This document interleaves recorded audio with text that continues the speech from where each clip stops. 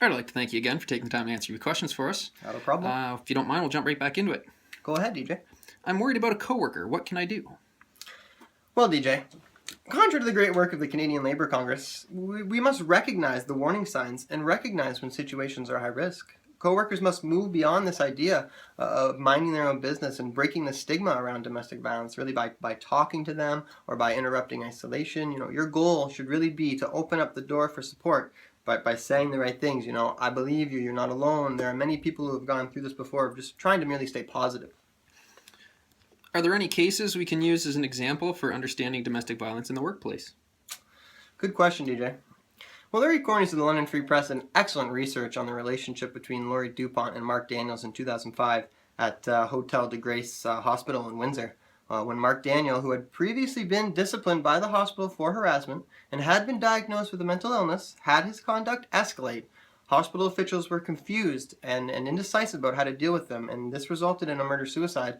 So really from this we get workplace violence prevention programs, extended training on its physicians, we get Bill 168, amending provincial health and safety legislation, and really, DJ, a better understanding of the extent to which domestic violence can affect someone in the workplace, and that domestic violence and workplace violence aren't separate or discrete problems.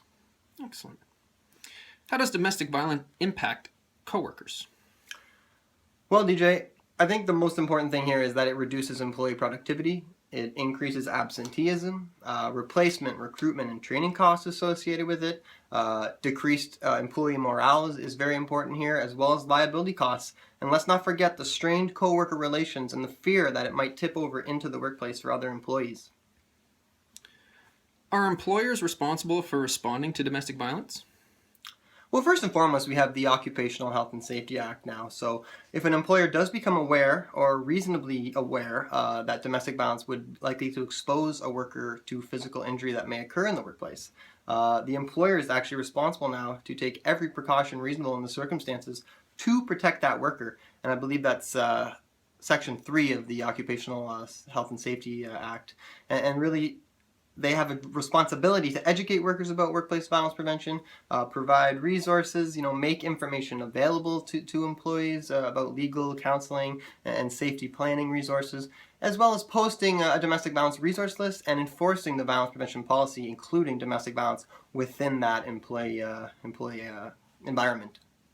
Excellent. I'd like to thank you for your time. Thank you, DJ.